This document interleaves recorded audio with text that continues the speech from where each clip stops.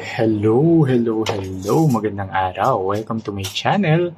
Ako nga pala si Mystico Moreno, or in short, Mismo. At dito sa aking channel, we will manifest love and light sa inyong Tagalog love reading ngayon na mismo. Okay, so today we'll do the love reading for all fire signs. So if you're an Aries, Leo, Sagittarius, para sa inyo tong reading na ito.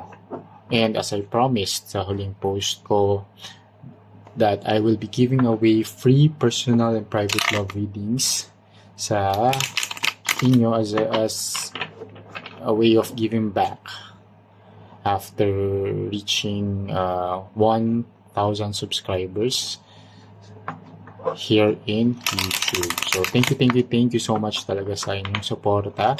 So I'll be giving away 2 free personal and private love readings sa dalawang lucky subscribers.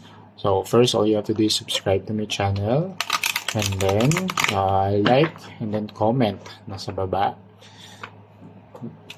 Write your sign and kung paano nag-resonate itong reading na ito. Okay? Sa inyong current situation. So, bubunot ako ng 3 cards from this deck and then 3 cards from the other deck. Okay? 2 for the recent past, 2 for the present moment, and 2 sa near future. Okay? And just a reminder that this is a collective and general love reading, so it may or may not resonate with everyone. Take whatever resonates, leave the rest behind. Kapag hindi talaga nag-resonate, huwag pilitin. Abangan nyo na lang yung mga susunod ko pang love reading dahil baka yun ay mag-resonate na sa inyo. Or, panoorin nyo yung mga past videos na na-post ko na. Baka isa doon ay mag-resonate dahil ang tarot and oracle readings naman talaga ay timeless. Better yet, book a personal private reading sa akin. Nasa description box lang naman yung email address ko.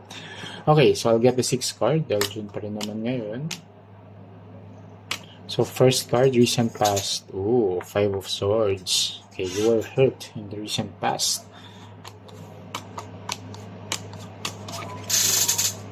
Yeah. Okay, so in the recent past, there was a painful ending from someone, and it led it into a new love, and I think that's the current person in your present energy. Makikita natin sa present pair. Pero in the recent past, meron ngang painful ending between you and another person. However, you move on. I wouldn't say na super healed ka na kasi lalo na recent past to. Pero you're able to parang tanggapin na lang, to accept the situation. It's heartbreaking pero kinaya mo naman, and you were able to stand up again and start all over again, but with someone new. So with the Ace of Swords here, someone feeling ko nga abangers to eh. Someone na nag-initiate ng contact or either approach you or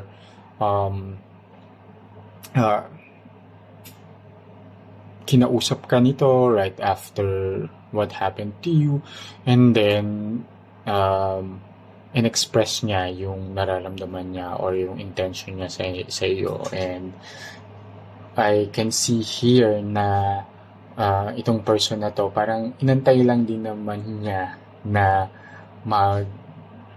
maging single ka. Okay, bago siya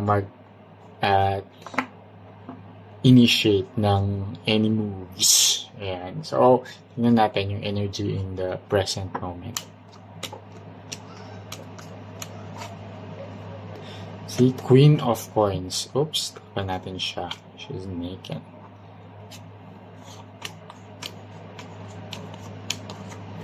And Ace of Pentacles. Okay, another Ace.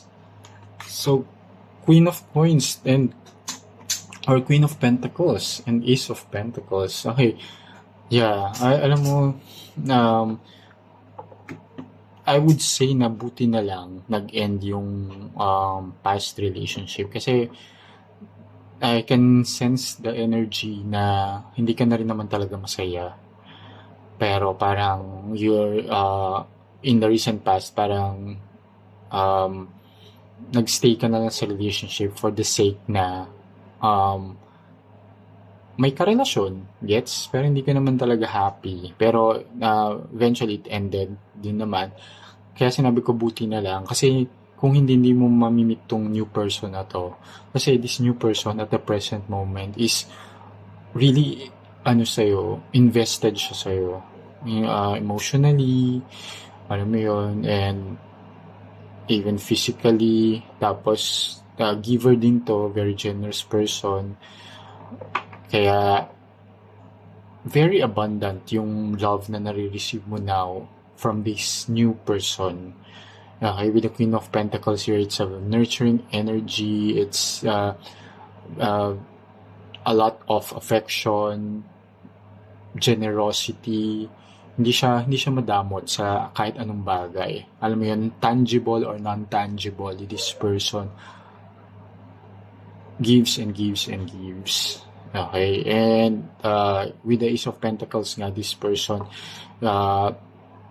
nagkaroon ng new beginning between the two of you, and this new beginning is about investing on the connection or the new love sa both sa inyo dahil nagkaroon naman ng initial contact in the recent past. So at the present moment, you're doing well. I'm not seeing yet na from after the recent past na incident of a painful ending, I don't see yet the energy na parang magko-commit ka na rin right away. Pero I can see the potential here, and that both of you are reciprocating each other naman sa mga sa affection din. So I think you also at the present moment you're liking this person, and you're happy and enjoying the present moment with this person. Okay, so push nyo lang yan, tuloy nyo lang yan kasi I can see that deep inside, both of you are wanting this connection to last. Then, diba? So, tingnan natin yung near future. Oh, another ace. Ace of Wands. This is really good kasi it means that this is really something parang ang daming new beginnings. And it means din talaga na you're starting anew. Feeling ko totally nilet go mo na rin yung past, and in yung past relationship hindi ka na that much affected, and mas nakafocus ka na rin dito sa new love.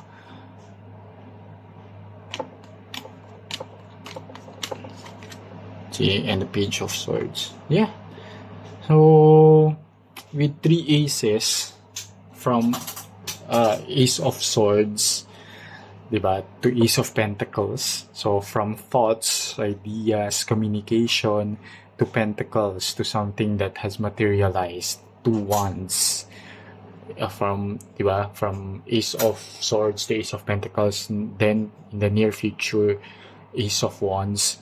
So it's now more about what you desire and what you're passionate about. So I think magpo-progress pa tong connection na to into something better.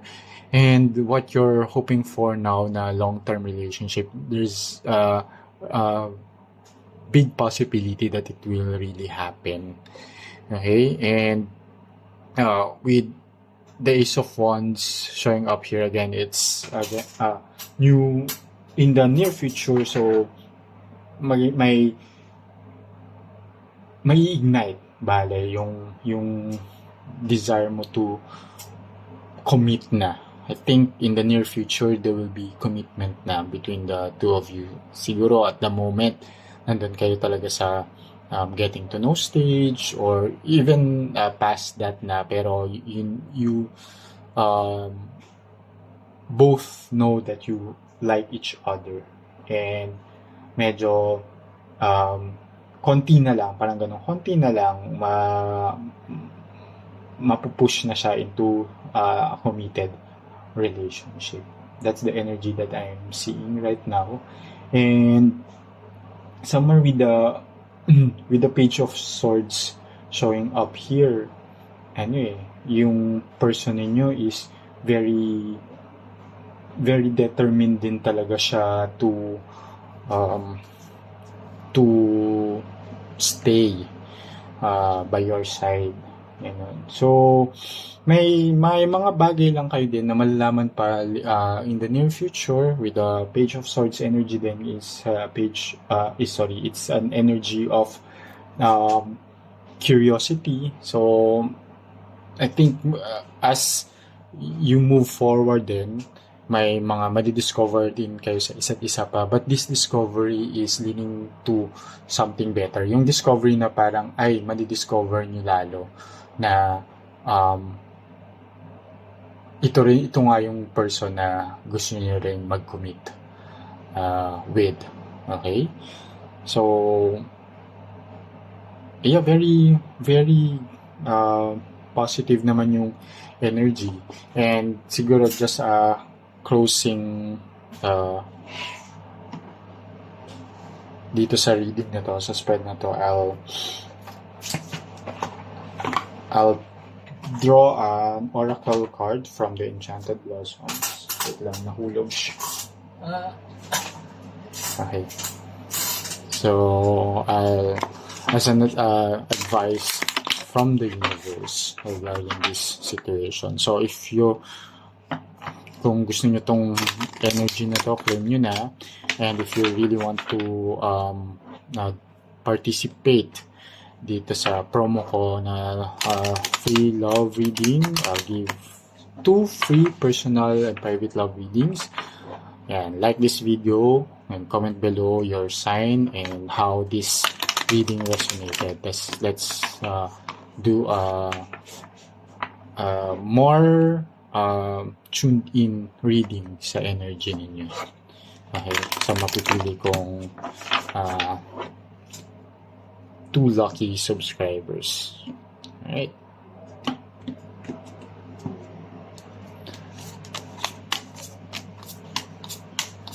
So, advice from the universe, abundance. See? It's just the energy of Queen of Pentacles, abundance. Okay? So, at the present moment and even in the near future, there will be a lot of abundance when it comes to your love life. Okay? Especially this connection with your new person. Okay? Hindi yung past. New person. There's so much abundance when it comes to love. Diba? So, dinoble confirm lang din niya yung Queen of Pentacles energy.